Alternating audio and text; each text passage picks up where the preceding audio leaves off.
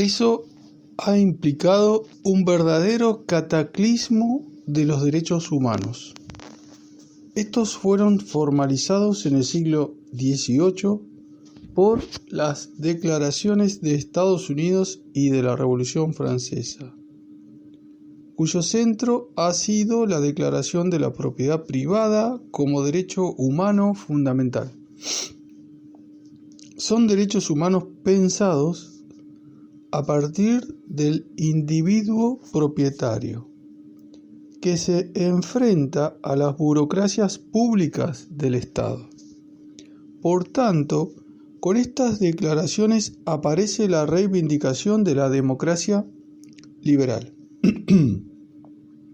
Frente a estos derechos humanos surgen, a partir de las luchas de emancipación del siglo XIX y del siglo XX, los derechos del ser humano como sujeto corporal y concreto.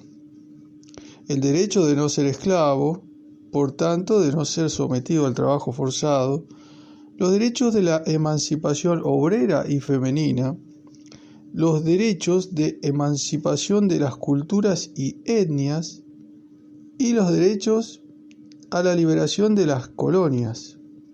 Se trata de los derechos de la vida humana, que muchas veces entran en conflicto con los derechos de propiedad privada. En la Declaración de los Derechos Humanos de la ONU de 1948, muchos de estos derechos de la vida humana son afirmados. Sin embargo, en el curso de la estrategia de acumulación de capital llamada globalización, estos derechos de la vida humana son anulados o marginados.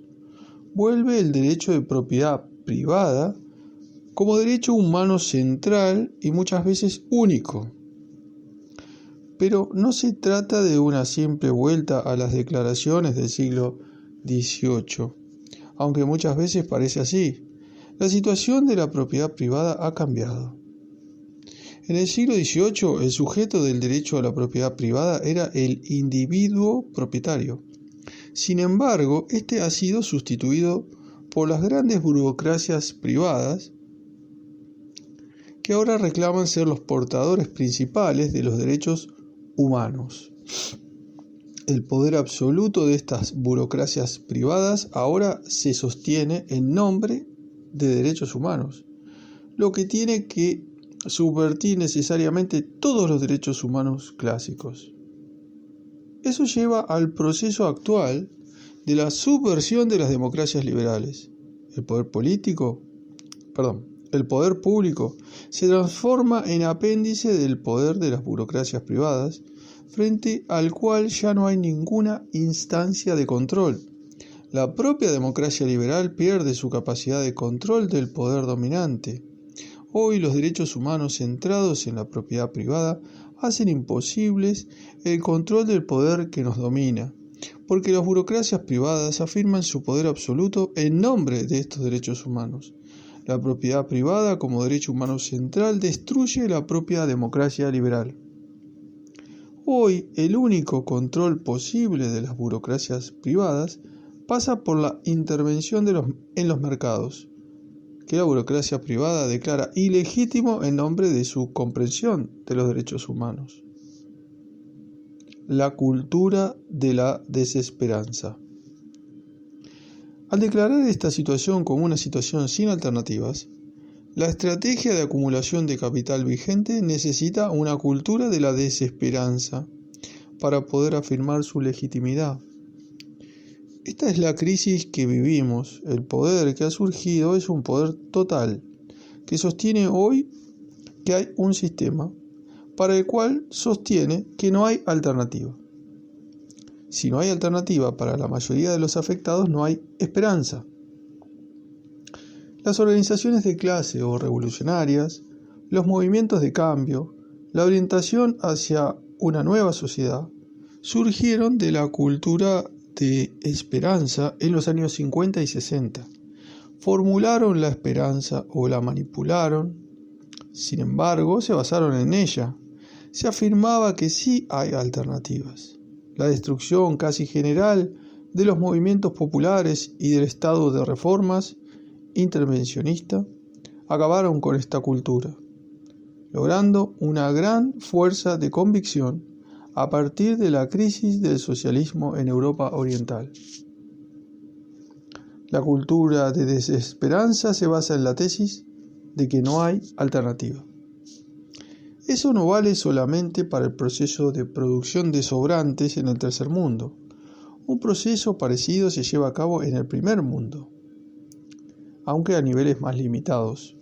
En el fondo, la guerra psicológica, que por lo menos en el tercer mundo es omnipresente, trata de convencer a los seres humanos, hechos superfluos, de que efectivamente lo son, con la consecuencia de destruirse mutuamente en vez de ser solidarios entre ellos.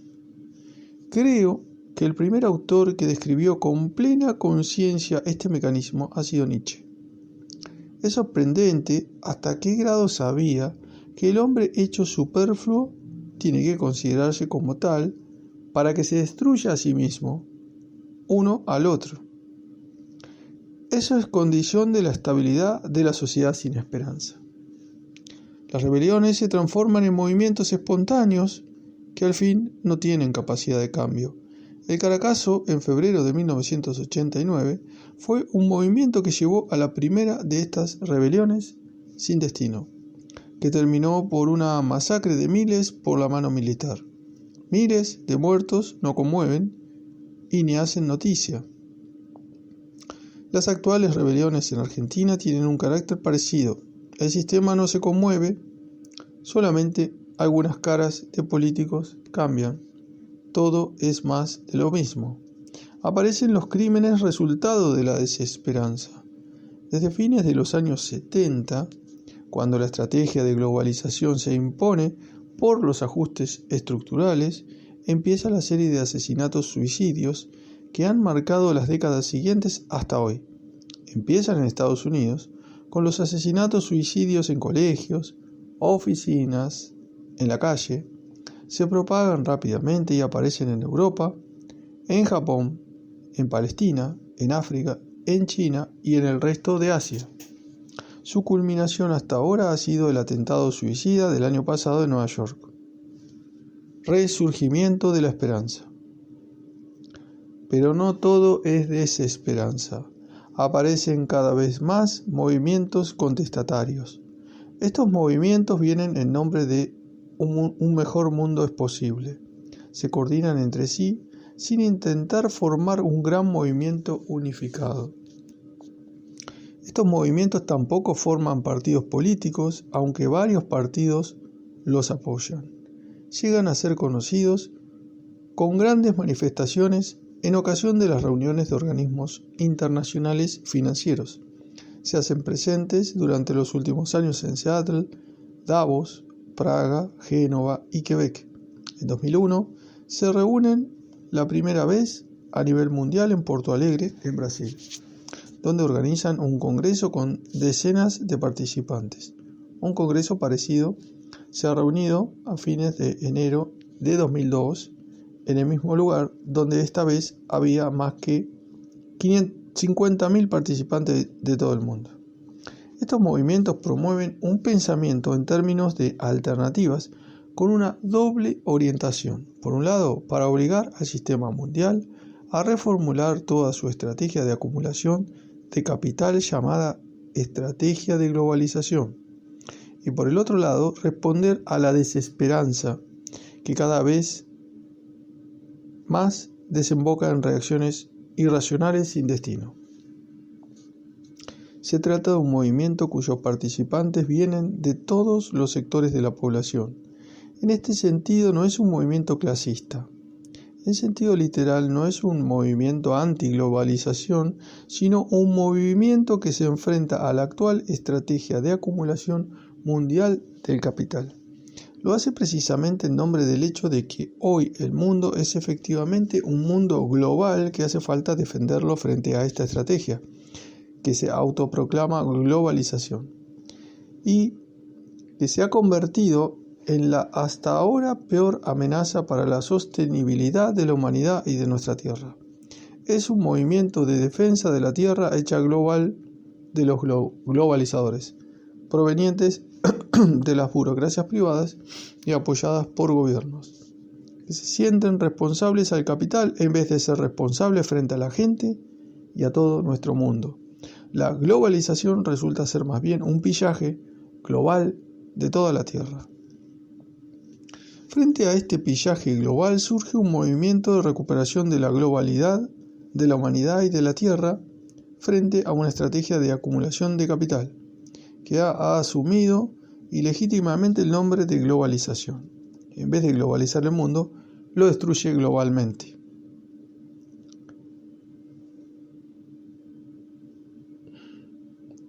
Este movimiento está en auge y ha adquirido una gran legitimidad en la opinión mundial, hasta en muchos representantes de las propias clases altas. Está presente en todos los países y en todos los sectores de la población. Está haciendo conciencia de las consecuencias fatales que la actual estrategia vigente tiene sobre todo el futuro de la humanidad. Se está transformando en el núcleo de una conciencia alternativa. Un mejor mundo es posible. Hace ver que la misma globalidad de la Tierra exige una alternativa. Mientras mundialmente en muchos la desesperanza lleva a la desesperación con sus consecuencias irracionales y sin sentido, aparece una gran recuperación de la esperanza que también mundialmente se hace notar y que muestra una salida. La crisis del poder de las burocracias privadas. Las burocracias privadas de las empresas transnacionales impusieron a todo el mundo una estrategia de acumulación de capital que lo destruye globalmente. Hoy, después de décadas de imposición, aparecen las reacciones. Como muestran los atentados de Nueva York, estas reacciones pueden ser tan nefastas como lo es la estrategia del poder misma.